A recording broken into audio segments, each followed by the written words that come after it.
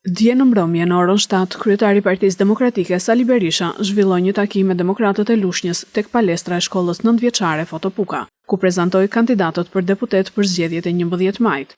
Fermeri Vladimir Çela, i cili mori fjalën i pari në këtë takim, tregoi gjendjen aktuale të bujqësisë në Lushnjë.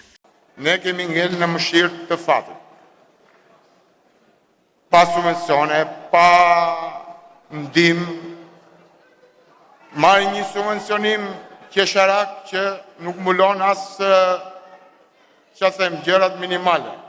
Kryetari komanduar i Partisë Demokratike Dega Lushnjë, Elsi Dogjini, e quajti të veçantë ditën e djeshme, pasi është dita e një fillimi të ri për një të ardhme më të mirë. Sot është një ditë e veçantë, një ditë që shënon fillimin e një rrugtimi të ri, rrugtimi shprese, besimi dhe përkushtimi për të ardhmen tonë të përbashkët.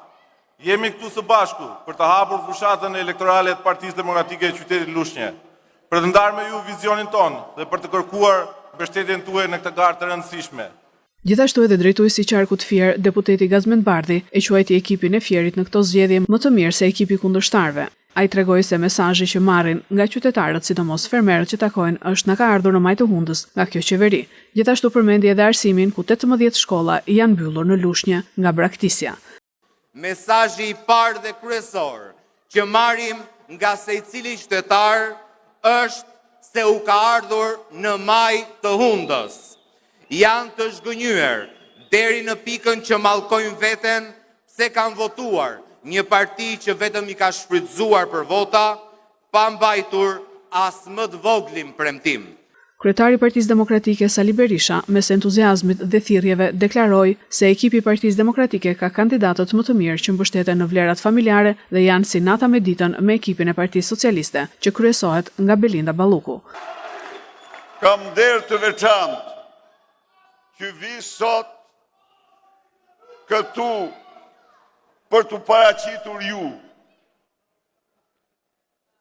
burra dhe gra, individ të shquar, njerëz të suksesit, njerëz me dijitet, që përfaqësoni vlerat më të rrira të familjeve, të komunitetit, të qytetit dhe fshatrave të këtij rrethi. Do përfaqësonin parlament me dijitet interesat e tyre më jetike dhe më të mira. Krahasimi juaj me deputetët e Lubis, deputetët e Shtytve janë të krahasosh natën me ditën.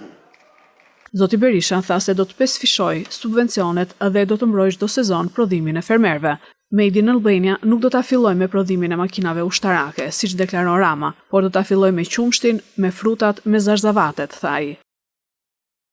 Do subvencionojmë 5 herë më shumë, do të rrisin fondin e subvencioneve 5 herë.